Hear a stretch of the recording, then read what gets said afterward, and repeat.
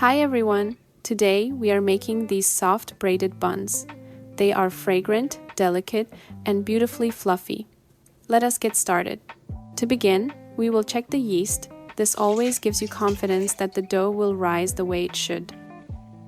In a bowl, combine warm milk, a little sugar, instant yeast, and part of the all-purpose flour. Set the rest of the flour and sugar aside for now. Mix everything until smooth, with no lumps. The mixture should look silky and even. Now place the bowl into a warm oven until a thick, tall foam appears on top. This mixture means your yeast is active and the dough will turn out wonderfully airy. Careful, the bowl may be hot. Just look at that fluffy cap of foam. Gorgeous. Now add the remaining sugar, vanilla sugar, and 1 egg. The egg must be at room temperature so the mixture stays smooth and does not curdle. Stir until you get a glossy, stretchy consistency. Add all of the remaining flour, no need to sift it, fold it in with a spatula, and once thicker pieces appear, begin kneading by hand. All of the flour should be fully absorbed. And now, the soft butter. Add it right on top of the dough and continue kneading. At first, the dough will feel slippery and a bit odd, as if the butter refuses to blend in. But slowly, it will turn sticky,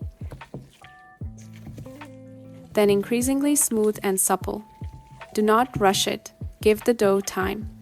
By the way, if you are enjoying this video, please click subscribe, give it a like, and leave a comment. It really helps the channel grow. Once the butter is fully incorporated and the dough barely clings to the sides of the bowl, knead for a couple more minutes. You should end up with a smooth, elastic, and soft ball of dough. Prepare a clean bowl and lightly coat it with a touch of vegetable oil. Transfer the dough inside, cover it with plastic wrap, and place it somewhere warm. It should rise to about double in size. 1.5 hours later, look at this little cloud of dough. It stretches beautifully, feels incredibly soft, almost alive under your fingers. Such a pleasure to touch. Dust your work surface with flour. Place the risen dough on top and gently press it down with your hands to release excess air. Add a little more flour on the surface and on the dough. Now it is ready to roll out. Roll it into a large rectangle. From time to time, lightly pull the edges with your hands to keep the dough from sticking and to stretch it evenly. This is one of my favorite parts. The dough becomes smooth and wonderfully pliable. Divide the rectangle into 3 parts by eye. Spread 2 of the parts with soft butter. Now the filling. In a separate bowl, mix sugar and cinnamon, a classic that never disappoints. Distribute the mixture evenly over the butter. Use your hands or a spoon, whichever feels easier. Just make sure every spot is covered. Now fold the dough like a letter. First, fold in the part without filling and smooth the edges. Then, cover it with the section that has the cinnamon filling. You should have a neat, compact letter. Dust it lightly with flour and gently roll it out, a little wider, a little longer. Now cut the dough into strips. Aim for a width of about 3.5 centimeters. Use a sharp knife so the layers stay clean and do not tear. Next, make a slit in each strip.